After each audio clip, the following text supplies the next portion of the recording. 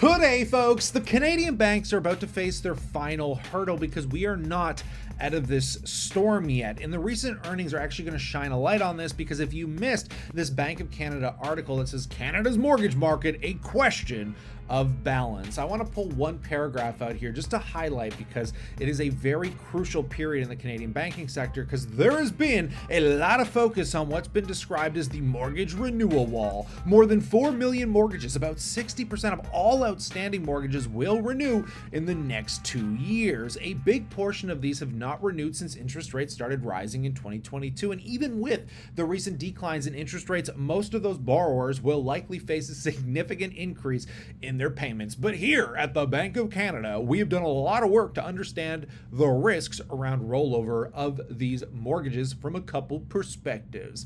I'm not going to read the rest of the article. I'm being a bit dramatic, but we are in kind of a weird financial state, because as inflation leaves us, we know the inflation stories behind us, we're facing another problem of cutting interest rates too aggressively. But if we don't cut them aggressively enough heading into these mortgage renewals, we could see higher defaults, higher pressure on the financial system. And the reason that we can't cut them more aggressively is because the interest rates over down south, down in the US side of this border, they haven't cut aggressively as we have. What does that mean? It just means if, hey, I have fixed assets, which money market funds are at record highs, everyone sitting on cash right now is collecting somewhere between a 3 and a 5% yield. But if Canada cuts their rate down to say 2%, and the US, say, is at 4%, why would you want your money in a high interest savings account, a treasury or a GIC or something in Canada, when I can get a way higher yield down in the United States? That causes people to sell their Canadian dollars here and move them down to US assets, which causes pressure and a weakening Canadian dollar. So that's kind of the double-edged sword. Do we cut more aggressively, take stress off people's mortgage renewals, or do we kind of cut slower, knowing there's going to be pressure there, but our Canadian dollar won't get absolutely devastated? Tough decision to be in, eh? So this really bleeds into the Royal Bank earnings. Royal Bank is literally in the top 5 stocks the wife and I hold. Our top 5 positions make up 20% of our portfolio. And in my personal courses, I actually reveal to you the exact numbers, how I manage my family's money, actually how my business operates, and so much more. I've had those courses recently audited, and I've been told they're far too cheap, and the prices will go up after the holidays. So do take advantage, especially if you want to join my chat groups, get my spreadsheets, my portfolio trackers, and so much more, just to support the channel. Go check it out at kylelivingston.com. A link is in the description below. Take advantage of those holiday deals. But a lot of the Canadian banks have been underperforming this earnings season, yet Royal Bank is proving to be somewhat resilient here. And again, this is why I like market cap weighted ETFs. It floats the best performers to the top. And I'm shocked that Royal Bank actually sits next to our Google, Meta, and Apple position. It is a fairly sizable position, and it's proving to offer us some strength today. It is getting a little weaker. It popped off by like 3 or 4% or something like that, and now it's pulling back as the rest of the banks have been getting quite suppressed today. But again, that's on the back of some other earnings as well. We're going to take a look at National Bank just to get a clear view of, is this still a good buying opportunity? Have we been overbought? I'd love to know what you think. If you're on a path to financial independence, if you damn well one day want to retire early, go subscribe, especially if you like these kind of deep dives, because Royal Bank is increasing our dividends, baby. Yeah, it's one of the only 2 banks so far on earnings to give us a dividend jump. Bank of Nova Scotia did not announce one, but National and Royal Bank did. With Royal Bank, we can see that this year returned $8.1 billion to our shareholders through common dividends and share buybacks. And today we declared a quarterly dividend of $1.48 per share, reflecting 6 cents or a 4% increase. Royal Bank's, again, one of the few major banks that has done a fabulous job at taking the dividend from 67 cents a decade ago to $1.42, representing over a doubling of the dividend within a decade. The dividend scorecard says it's growing at about 6.59%. These are very healthy, growth rates, in my opinion, and you can almost buy the major banks or any major, solid, long track record stock by just what its dividend yield currently is. It's almost like a weird indicator for, dividend investors out there, because Royal Bank so far only 2 times in its entire history has it basically tapped 5%. And anytime it spikes up to close to 5%, the stock eventually performs well and, rebounds some super significant returns. And it seems to, again, prove to be that way.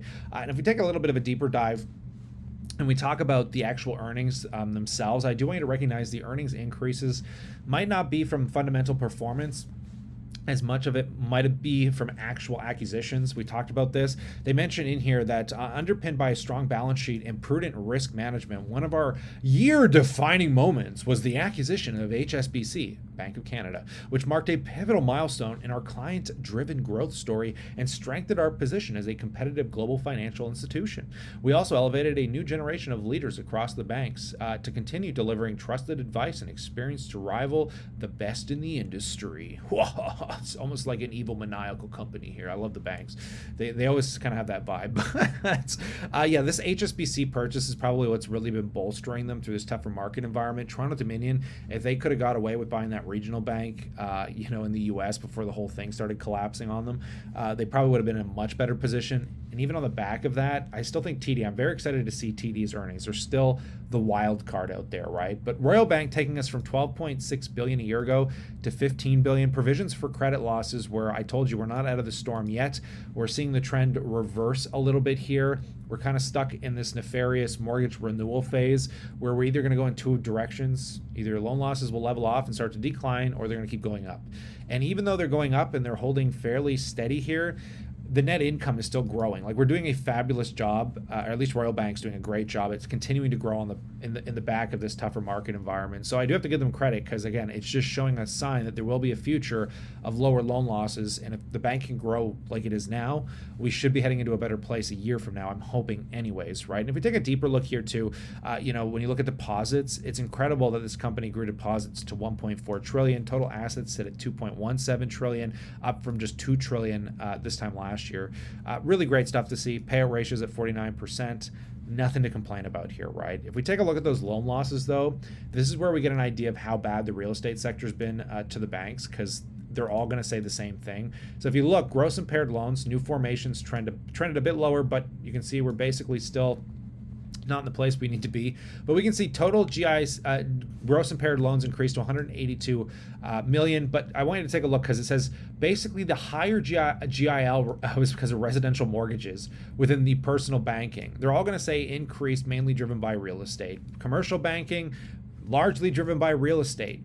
Capital markets, including real estate. Wealth management, oh yeah, also in real estate. So like across every sector of their business, real estate has been the hardest hit for loan losses. We know this, right? So we can see that they're trending higher amongst Canadian banking, because everyone's kind of crapping their pants on what the renewals are going to do. I am particularly not that worried. You shouldn't be either. Canada is very tight on the loans they hand out. Canadians are rich. I don't know what I can tell you. If you live in Ontario, homes here cost millions of dollars. A poor person is not buying $1 million property. I'm sorry. I'm sure, and especially the hoops and hurdles I went through having to get a loan, that most of these people can sustain this current interest rate environment, especially now that it's pulled back a bit. Again, I want to state this. Canadians are rich, guys. There's a reason it's expensive to live here, folks, in these major metropolitan areas. So it'll be neat to see if this trend levels off. And if it does, we sustain this mortgage, renewal wall. We get through that, and then if banks keep growing like they're growing, we're going to be in a very healthy place, which still I think represents a significant discount, especially when the banks are dropping like they are. We said this about Bank of Nova Scotia. I'm saying the same thing about National Bank right now, because its earnings missed analyst, but it did a great job. It increased the dividend by 4 cents, which was great to see. This is another one of the few banks that has done over a doubling of the dividend over the last decade. And if we dive into the earnings, they weren't actually that bad. Total revenue at 2.94 billion, which is up from 2.4 billion this time last year. Great to see it. Good growth here. Yeah, loan losses did bump up. If we take a look at provisions for credit losses at 162 million, this time last year they were at 115 million. Sorry, I'm jumping way too far back. Either way, we're still seeing exceptional growth for National. It's not like anything is slowing down materially. Net income was fairly good for as far as I could tell. When I dig through this, I'm not complaining by any metric, right? It's just that analysts, they missed the analyst mark, and people take that Fugazi analyst expectation as something that matters. So, because they price it into the stock, obviously, to some extent, which is why we're probably getting that pullback, right? But again, like Pokemon cards, guys, sometimes you're better collecting them all. And I love that my ETF, VDY, and I think this is why it's so important to get market cap weighted ETFs, right? And I'm surprised VDY, it's getting hit because the banks are getting hit for the most part, cushioned because of Royal Bank. But I like that it upper weights the higher market caps. And I think TD and Royal Bank are going to still prove to be pretty significant performers here. So very neat to see what happens. But what do you think about the Canadian bank earnings? I'd love to hear about all of it in the comment section below. And again, come join my WhatsApp, come get my spreadsheets, come support the channel. If you want to see the Wife and I's portfolio, I'm going to do monthly updates. You can get that under the courses on kylelivingston.com. But as always, I look forward to catching you in the next one.